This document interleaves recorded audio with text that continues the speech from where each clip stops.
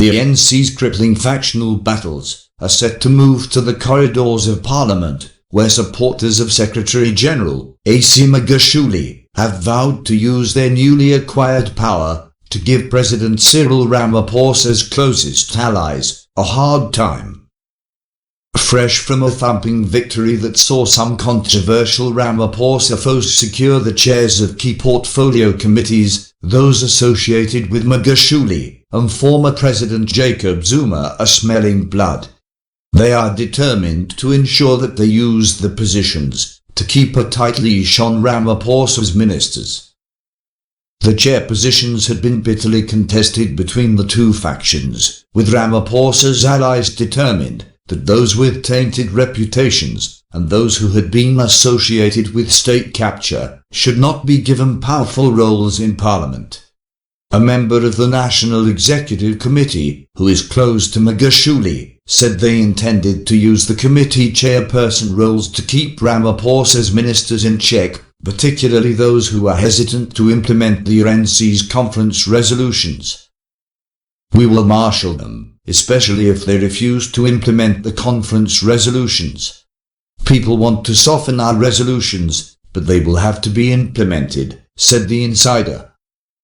The source said the critical parliamentary portfolio committees are public enterprises, transport, home affairs, and justice. The committee chairs will be focused on the ministers and the work they do. If these committees want you fired, they can achieve that with just the right amount of pressure. They just need to summon you as a minister and expose your inefficiency in the eyes of the public, the source said. But Ramaphosa's allies downplayed the claims of victory by the opposing camp, saying the outcome of the battle for control of the committees was a mixed bag. The Deputy General Secretary of the South African Communist Party, Solly Mapala, said the ANC alliance partner had scored a huge victory in the consultations ahead of the portfolio committee deployments. Mapala told City Press that the SOCP had vehemently opposed the name of former Minister of State Security, Bongani Bongo, who had been touted for chairperson of the Justice and Correctional Services Committee. Former Communications Minister, Faith Mutambi, had also been linked to the role. We removed Bongo from being the chairperson of the Justice Committee, so that was a huge victory for us, he said. That committee oversees, among others, the National Prosecuting Authority and Chapter 9 institutions, such as the Public Protector. It is likely to be key in determining what Parliament should do with the findings of the Commission of Inquiry into State Capture, currently being led by Deputy Chief Justice Raymond Zondo. There are still outstanding issues regarding the Judicial Commission into State Capture, which we want to follow quite sharply, because we believe that the Commission remains crucial in terms of its outcome, Mapala said. Bongo eventually secured the committee chairship of Home Affairs, pitting him against close Ramaphosa ally, Aaron Motsoaledi. Mapala said the outcome of the consultations was a mixed bag of things. We accept the weaknesses of the process, particularly the fact that some of the people who should not be in Parliament find themselves in Parliament. In a move seen as Magashule's bid to build capacity at party headquarters and shore up his power, former Home Affairs Minister Malusi Gigaba and former Environmental Affairs Minister Nomvula Mokenyane have been given high-profile roles at Lutuli House. Both opted out of their seats in Parliament on the eve of the swearing-in ceremony. Gigaba is set to take over the policy engine room, while Mokenyane, who also turned down a seat in Parliament, citing personal reasons, returns in one of her previous roles as head of organising. Ramaphosa's camp has also reinforced its presence at Lutuli House by bringing in RNC member Sibongile Basani, who fell out of favour with Magashule over Free State politics a few years ago during his tenure as provincial premier. Former Justice and Correctional Services Deputy Minister Andrew Snell will take the newly created role of coordinating the National Working Committee and the NEC. ANC spokesperson Pulima Bay told City Press that Snell's legal skills are also expected to come in handy.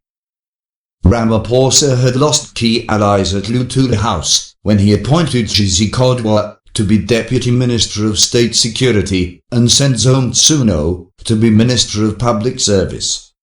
ANC factions are also still battling over the powers of the Integrity Commission, with Ramaphosa supporters arguing that its powers should be reinforced and others saying the commission should be reined in. Strengthening the hand of those who want the Integrity Commission weakened was the clumsy manner in which it dealt with 22 parliamentary nominees whom it had flagged as being unsuitable to serve in the national legislature.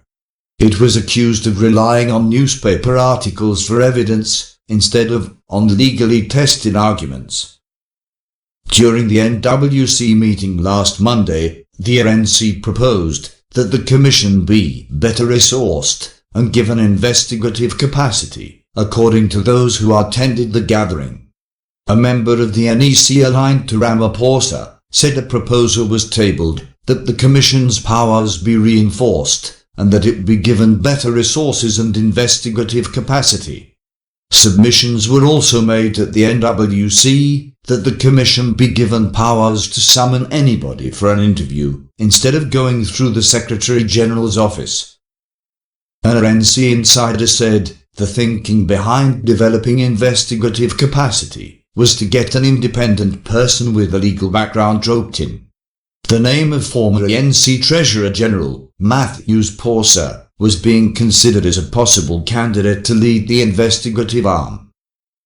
But the factions in the party would eventually want to get someone who was likely to be more favourable to their interests, so the deployment in the investigative arm would be highly contested, said the insider.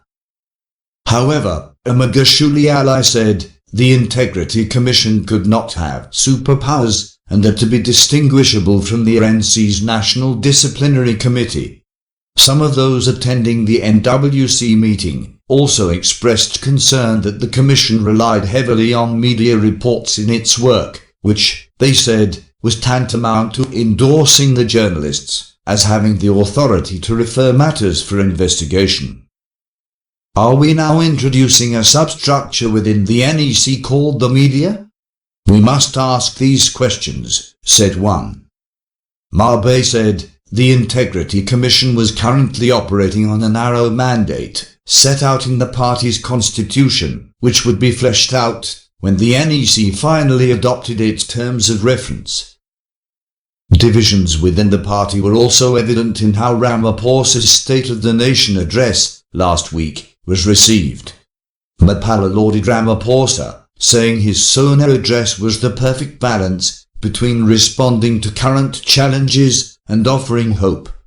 Mapala said that, while the 240 billion randish corn bailout over the next decade was not ideal, the SAC was pleased that Ramaphosa did not give any indication of privatization. I guess you cannot avert a bailout, given the situation that ISCOM finds itself in. What is important is that there was no announcement for the privatization of ISCOM, but there was a tabling of the challenges at ISCOM and its effect on the economy. We have already seen the economy contracting as a consequence largely due to load shedding and insufficient energy provision. So ISCOM remains critical for us, and to get it right is an important priority, which we accept. Mapala, who had proposed the use of quantitative easing, was also pleased that Ramaphosa had taken the SSCP's advice regarding emphasizing what the Constitution says in totality about the relationship between the Finance Minister and the South African Reserve Bank. But Ramaphosa's critics said Sona was full of imaginations and dreams and no resolutions. They said there is no plan, and it is clear they thought governing was going to be easy, but practical experience is proving different. The MP said Ramaphosa had made no mention of the debate about land expropriation without compensation, because big business wanted the proposal to disappear, but ANC structures would not accept that. At the same time, Zinzi Mandela is putting her own pressure, and they cannot act against her, because the surname is heavy. If it was someone else, they would have long ago called her back home. There is no problem with her talking about land because it is a conference resolution. Appearing alongside ANC Chief Whip, Pemi Majadina, in Parliament last week, Magashule rubbished claims that he and Ramaphosa were at odds. Please check in the description box below for the links to the sources of this report. Thanks for watching. Please comment, like, share and subscribe.